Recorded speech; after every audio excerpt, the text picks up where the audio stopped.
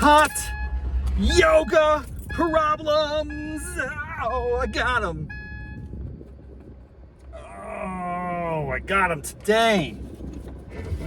Ladies and gentlemen, boys and girls, yogi practitioners, Raff's brain listeners, my tens of loyal audience members all across the land, across the galaxy. It's so good to have you. Thank you for being here.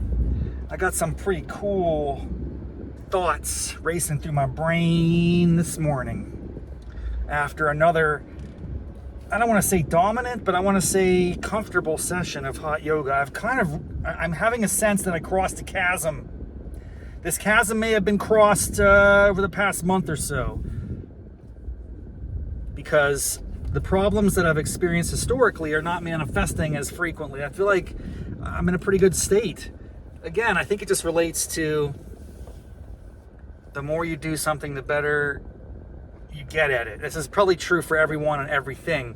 Now, the speed at which you make progress is going to be different for everyone based on a wide range of factors. But if you just have discipline to keep plugging away, you're bound to see some improvements. I don't know what's happening, but this past week, and I think it's also in alignment with my diet situation, which is really, I don't know how I'm doing this, folks. I've been on point. So anyway, things are aligned in health, wellness, fitness, accountability. All those things are looking good. I don't want to jinx it, because it just the moment that everything seemed like it's going in a good direction, that's when it all comes tumbling down in my experience. So let's not get too far ahead of ourselves. I still have a lot of work to do. A long way to go. But I'm making progress, and I'm feeling good about that. Now, the problem today is not a problem. It's a glorious thing. It's something I witnessed in the class that I want to acknowledge. And it's very fascinating. Look, man, I'm not a small business owner. I've never run a for-profit company. I do have principles of customer service ingrained within me through the culture of where I currently work and have essentially my whole professional life in various ways. The idea of trying to satisfy the needs of others and a customer that you're trying to collaborate with and achieve mutual benefit and all those sorts of concepts. So I want to talk about a yogi studio and the sort of norms that govern the roles of the yogis. And I don't know how any of this works. I'm speaking from a perspective of ignorance. I would like to think of it as sort of lightly informed ignorance. It's like observations that I make, intuitions that I have. But I've never worked in a yoga studio. I've only been a customer. So please put that all up front as a big giant caveat to what I'm about to say. I don't know when this started. This was probably several months ago. The first thing you need to know, again, for those of you who aren't familiar with the yoga situation, it's always a different instructor. Now, they might have a recurring date and time of the week, like that they're going to be found, but there's substitutions. You know, you just need one yogi to lead the class at any given time. And there might be like 8 to 10 classes a day, maybe more, frankly, depending on the day of the week and the location of the studio.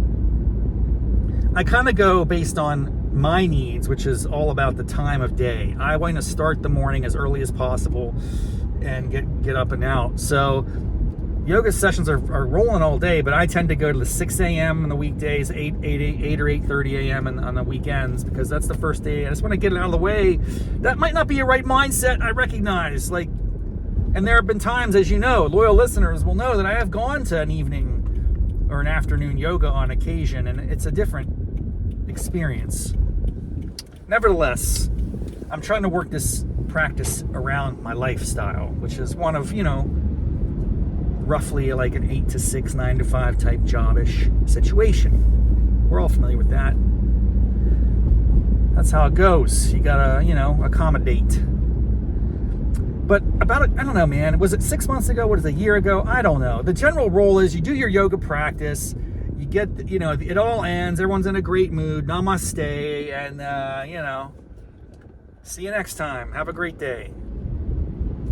You got to go over to this little, it's not little, it's a pretty giant container, a bucket of alcohol swab wipe products. I don't know what they're called.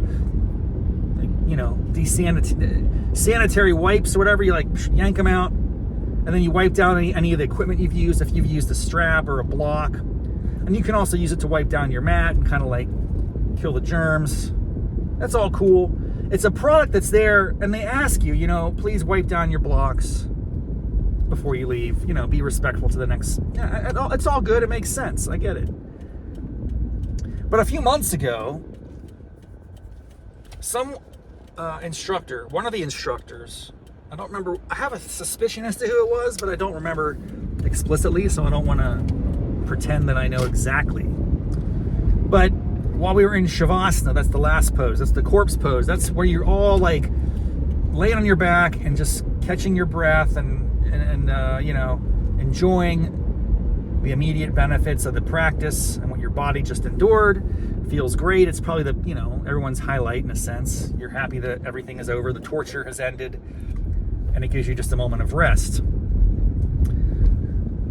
And that usually lasts for, 2 to 3 minutes. I love me a lengthy Shavasana. I would like a Shavasana of a 15 to 20 minutes.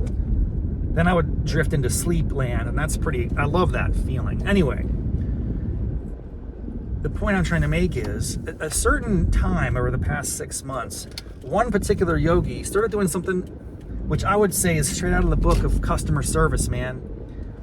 While you're in Shavasana, she would very deftly tiptoe over to the bucket of sanitary wipes and yank out a bunch of them and then place them by everybody, by every individual practitioner. And then when you are when they turn the lights on, you're ready to, return to reality, the wipe is right there for you. Hey, please use this wipe to wipe down the block. It's like a little magic touch, dude. And it's a small thing. At the end of the day, it's a very minor distinction and nuance. But it just saves you from having to get in this cattle herd, trout stream packed situation. All these sweaty bodies are racing over to the bucket to get stuff. It's not a big deal, but it eliminates that. And it's great. And I'm like, wow, whenever I'm in that yogi's class, it's just a nice little touch. It's a nice little touch.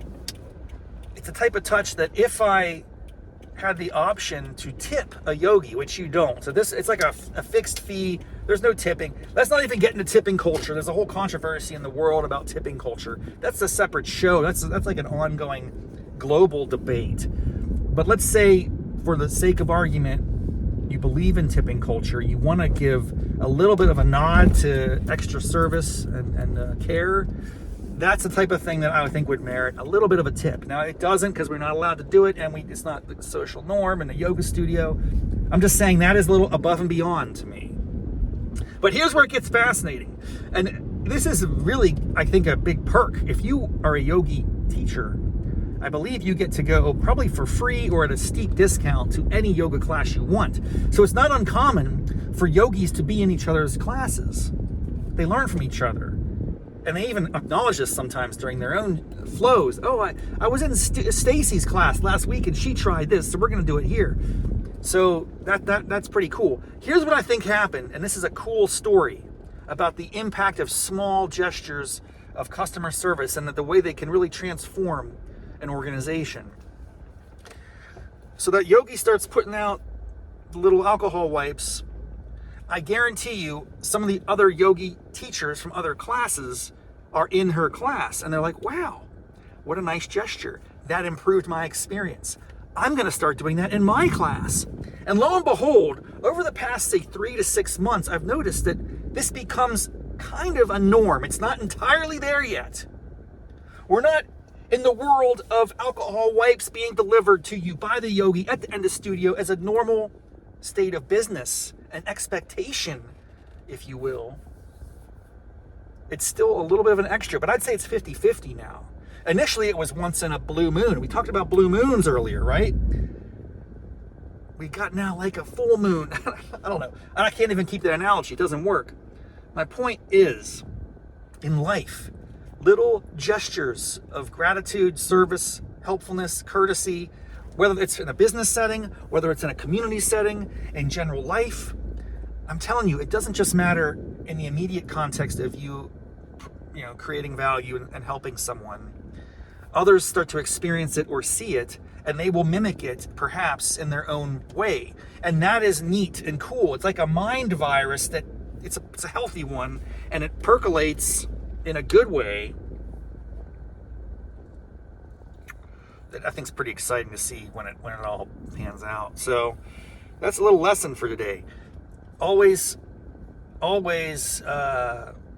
do your best and make a little bit of extra effort, whether it's at your job, whether it's with your family, at your church, community, whatever your jam is, whatever you do, just go a little bit beyond the expectation, and you can not only have satisfaction knowing that you are helping others, but you may very well light this fuse that transforms that little community that you're in. I think it's pretty cool, man. It's very inspiring. If you think about that at scale, it does start to actually paint a positive picture for what's possible in society. So anyway, I don't know. It's a weird vibe. It was a strange episode of Hot Yoga Problems. I'm not in a bad mood. I'm not distressed and complaining. I'm in a weird state of happiness and joy, and just wanted to share that little insight with you. So thanks for being here. Thanks for tuning in. Lots of excitement on the horizon with Raff's Marine Podcast. So see you in the future. Thanks so much. Until next time. Namaste, mofos.